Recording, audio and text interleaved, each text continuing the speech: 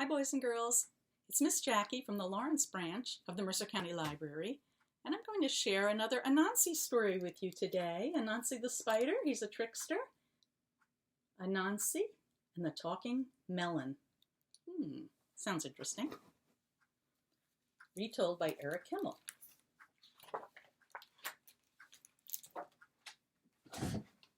Put it so you can see the book. Can you see it? Good. One fine morning, Anansi the spider sat high up in a thorn tree looking down into Elephant's garden. Elephant was hoeing his melon patch. The bright melons seemed to call out to Anansi, look how sweet and juicy we are. Come eat us.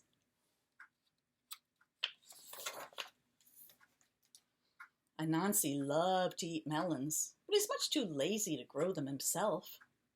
So he sat up in the thorn tree watching and waiting while the sun rose high in the sky and the day grew warm. And by the time noon came, it was too hot to work. Elephant put down his hoe and went inside his house to take a nap. Here was the moment Anansi had been waiting for. He broke off a thorn and dropped down into the melon patch, and he used the thorn to bore a hole in the biggest, ripest melon. Anansi squeezed inside and started eating. He ate and ate until he was as round as a berry. I'm full, Anansi said at last. Elephant will be coming back soon. It's time to go. But when he tried to squeeze through the hole, Anansi had a surprise. He didn't fit. The hole was big enough for a thin spider, but much too small for a fat one. I'm stuck, Anansi cried. I can't get out. I'll have to wait until I'm thin again. Anansi sat down on a pile of melon seeds and waited to get thin. Time passed slowly. I'm bored, Anansi said. I wish I had something to do. Just then, he heard Elephant returning to the garden. Anansi had an idea. When Elephant gets close, I will say something. Elephant will think the melon is talking. What fun! Elephant walked over to the melon patch. Ooh, look at this fine ripe melon. How big and ripe it is, he said, picking it up.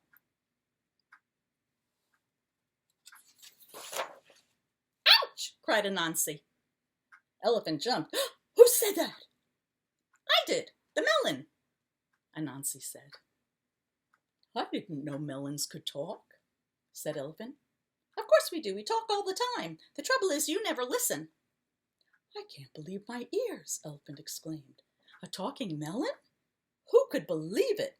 I must show this to the king.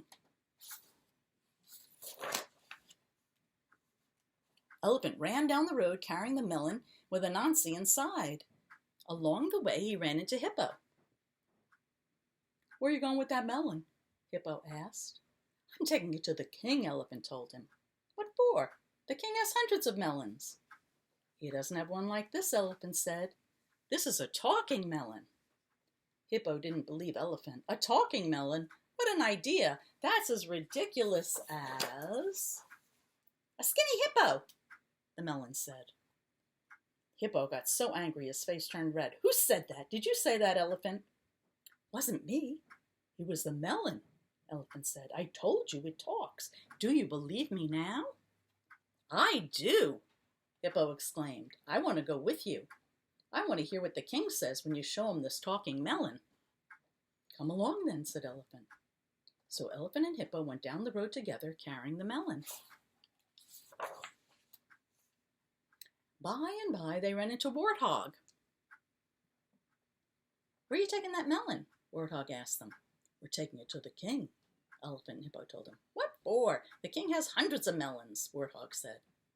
He doesn't have one like this, Hippo replied. This melon talks. I heard it. Warthog started to laugh.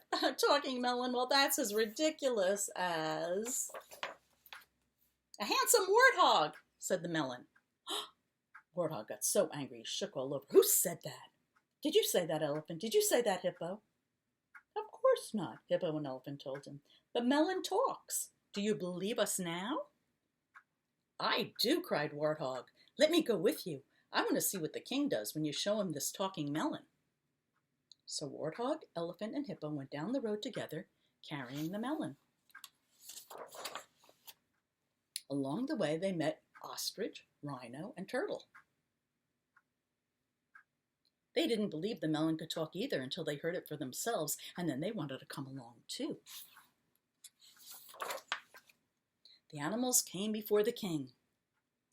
Elephant bowed low as he placed the melon at the king's feet. The king looked at him. "Why did you bring me a melon?" he asked Elephant. "I have hundreds of melons growing in my garden." "You don't have one like this," Elephant said. "This melon talks."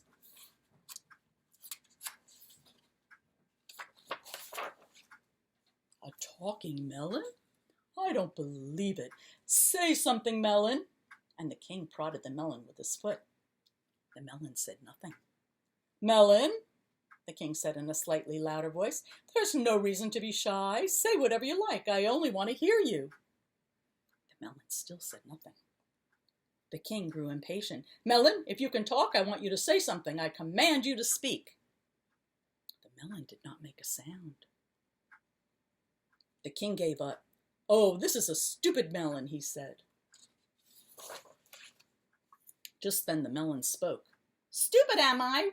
Why do you say that? I'm not the one who's talking to melons." The animals had never seen the king so angry. "How dare this melon insult me?" he shouted, and the king picked up the melon and hurled it as far as he could. The melon bounced and rolled all the way to Elephant's house. Boom! It smacked into the thorn tree and burst into pieces. Anansi picked himself up from among the bits of melon rind. All the excitement had made him thin. And now that he was thin again, he was hungry. Anansi climbed the banana tree, and he settled himself in the middle of a big bunch of bananas and started eating.